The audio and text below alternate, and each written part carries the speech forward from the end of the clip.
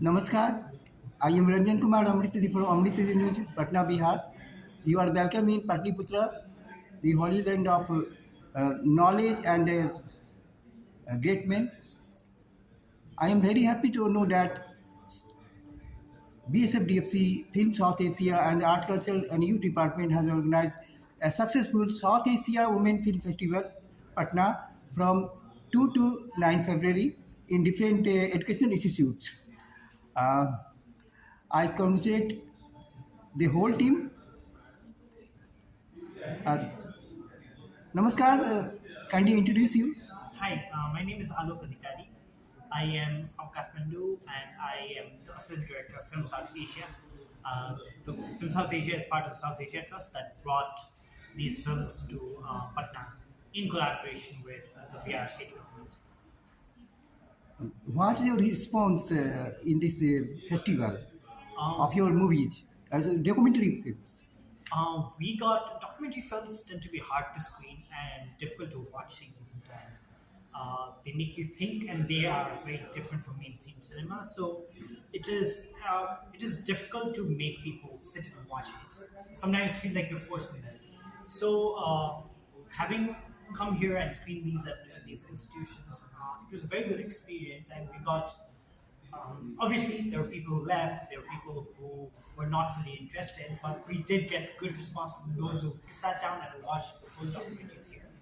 And it was a really good experience, and the interest in what we're trying to do with documentaries, with these documentaries in particular, that are trying to challenge the visual depiction of women and sexual violence in the media, was very good. On top of that, the questions and interest in the exhibition we have put up along with this, the documentary screening was also very good. I congratulate all the documentary films directors and their teams for this their successful and mass awareness based documentary films. What your suggestions for the younger generations film producers or documentary filmmakers? I would say that, especially in our part of the world, in South Asia and largely in the global South, it is very hard to make documentaries, to find funding for documentaries, and we're always struggling. Documentary filmmakers are struggling, film festivals are struggling. So I would say keep at it. I would say keep making films with whatever you can. If you can't find support locally, look internationally. There are lots of opportunities internationally and lots of more opportunities popping up for documentary films and documentary filmmakers from our part of the world. So one thing I would say is please don't stop making documentary films. I know there are a lot of filmmakers, even filmmakers I've met, filmmakers who have won awards at our film festival, who eventually move to fiction filmmaking, and there's nothing wrong with that. But while filmmakers do move, keep making documentary films because documentary films make you reflect in a way that fiction films don't always do. So yeah, my biggest message would be to keep at it and not give up on this genre of filmmaking. A good movie can change the world. It has power to mobilize younger generation for creative works, Yes, nation building, and change the world. yes, it does. What's your suggestions for the change in law for the protection of women and children in India? I am not a lawyer and I'm not from India. So I know very little about this topic for India per se. But what I can say is, particularly how we think and look at issues of women and sexual violence needs to change. And our perception needs to change, first of all, as people and as human beings, for anything else to change.